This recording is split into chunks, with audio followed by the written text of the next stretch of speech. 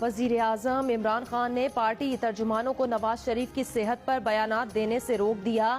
کہا سیاسی اختلافات اپنی جگہ لیکن وہ صدقے دل سے نواز شریف کی صحت کے لیے دعاگو ہیں. نواز شریف کو پاکستان میں بہترین طبی سہولیات دی جائیں گی. ان کی بیماری کا پاکستان میں علاج موجود ہے. نواز شریف سے متعلق عدالت جو فیصلہ کرے گی اسے منو ان تسلیم کریں گے.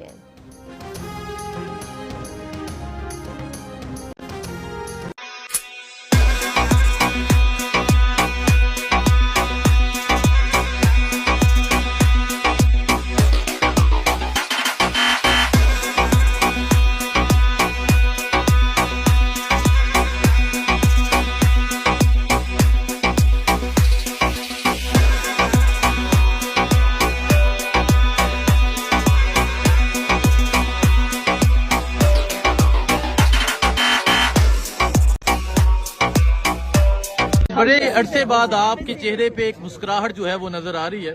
بس ہمیں انشاءاللہ بس اللہ تعالیٰ بس ان کو خیریت سے رکھے عمران خان کو, اور انشاءاللہ ہم یہ 8 مہینے لگے یہاں تک پہنچنے میں.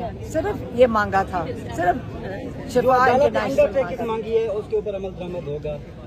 بس اب بس انشاءاللہ یہ تو سپریم کورٹ کا آرڈر ہے کہ 2 دن میں یہ جو ہم نے سنا ہے کہ 2 دن میں جب یہ ریٹن آرڈر آئے گا تو آپ لوگ اس کا انتظار کریں گے. جو ہم نے سنا ہے کہ 2 دن میں عمران خان کو شفا انٹرنیشنل شفٹ کر دیا جائے گا.